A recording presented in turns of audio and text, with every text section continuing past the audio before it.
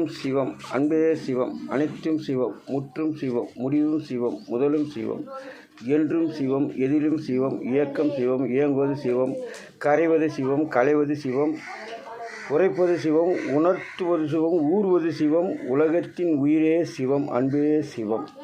சிவத்தின் அன்புக்கு பொருள் தெரியாமல் இதுவரைக்கும் வாழ்ந்து வந்தீர்கள். காரணம், இறைவன் மனிதன் சொல்லும் வழிக்கு வழிகாட்டி வந்தார். அதில் அவர் மேலும் குற்றமில்லை, உங்கள் மேலும் தவறில்லை. ஆகையினால் இனிமேல் இந்த பூமியில் எந்த எல்லையில் இடைவெளி உள்ளது, பசுமை காடுகள் எவ்வளவு உள்ளது, உயிரினங்கள் எத்தனை வகை உள்ளது, இதற்கு தேவையான முக்கியமான காற்று வசதி தேவை, அதுக்கு தேவையான மரங்கள் உள்ளதா என்பதையெல்லாம் ஆராய்ந்து செயல்பட வேண்டும் இந்த அரசு துறை சேர்ந்தவர்கள். ஆடு மாடு மேய்ப்பது போல மனிதன் ஆடு மாடுகளை வெட்டி தின்பதற்கு. மனிதன் 6 அறிவு படைத்த மனிதன் ஆத்மாவோடு செயல்படுபவன், ஆசையோடு செயல்படுபவன், அனைத்து இன்பத்தையும் இறைவன் தந்த இன்பத்தை அனுபவித்து மண்ணில் மறைபவன். அப்படி இருக்கும்போது ஒவ்வொரு மனிதனுடைய ஆத்மா நிறைவடையாமல் இருந்ததால்தான் இத்தனை கோடி மக்கள் தொகை வேகமாக பிறப்பதற்கு காரணம் என்பது இறைவன் வகுப்பாகும். இந்த பூமி நிலையை கருதி அவர் உரைக்கும் வார்த்தை, ஒரு ஏழை விவசாயி அவருக்கு இந்த காலத்தில் பூமியில் ஊட்டச்சத்து குறைவாக உள்ளதால் அவர் இயந்திரத்தை வாங்குகிறார். தவணை முறையில் வாங்கும்போது அவருக்கு தேவையான உதவிகளை செய்து தருவது தானே அரசாங்கத்துடைய கடமை.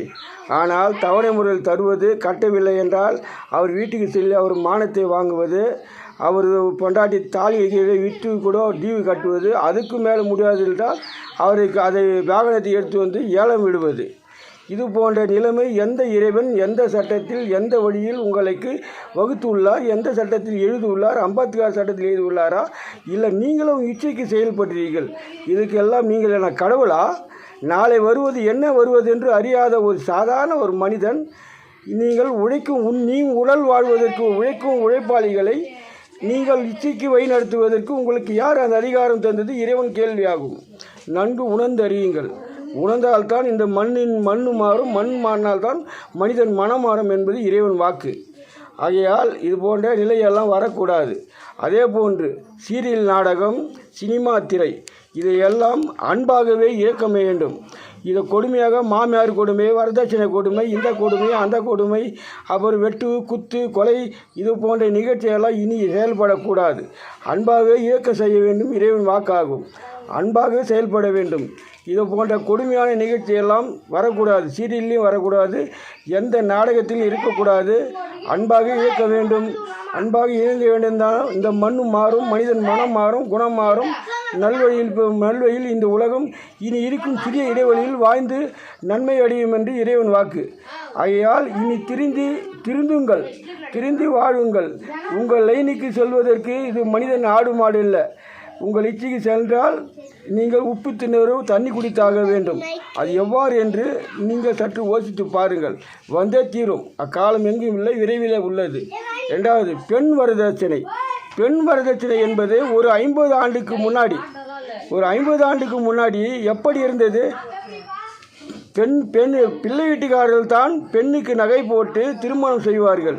இன்று பெண் வீட்டார்களே நகை போட்டு மாப்பிள்ளைக்கு நகை போட்டு திருமணம் கொண்டு வருவதற்கு எந்த சட்டத்தில் உள்ளது? இந்த நிலை வர காரணம் என்ன? ஏன் இந்த நிலை வந்தது? ஏன் பெண்ணை பெற்று வளர்த்து கொடுப்பது, உங்கள் வம்சத்தை வளர்ப்பது மக பாவம். அதில் மேலும் பாவத்தை தொடர உங்களுக்கு யார் அந்த சட்டம் தந்தது? யார் உங்களுக்கு அந்த அறிவை தந்தது? இறைவன் தந்தானா? இறைவன் முன்னாடில் கனவில் வந்து சொன்னானா? எப்படி உரைத்தார் அவர்? நீங்கள் ஏன் இந்த அளவுக்கு நீங்கள் செயல்படுகிறீர்கள்? இனி இந்த பூமி நிலை கருதி இறைவன் கடைசியாக உரைக்கும் உரைப்பு நன்கு அவர் உங்கள் மனதில் தோன்றுவதெல்லாம் செயல்படுவதற்கு இது பூமியில் இடைவெளி இல்லை. ஆகையால் இறைவன் ஒருவன் இருக்கிறான் என்பதை உணர்ந்து அறியுங்கள். நல்லதை செய்யுங்கள், நல்லதை பெண்கள். வரதட்சணை என்பது இருக்கக்கூடாது. மீண்டும் அதே நிலை வர வேண்டும். மாப்பிள்ளை வீட்டார்கள் தான் பெண் வீட்டார்கள் நகை போட்டு திருமணம் செய்து கொள்ள வேண்டும். இதுதான் இந்த சட்டம் வர வேண்டும்.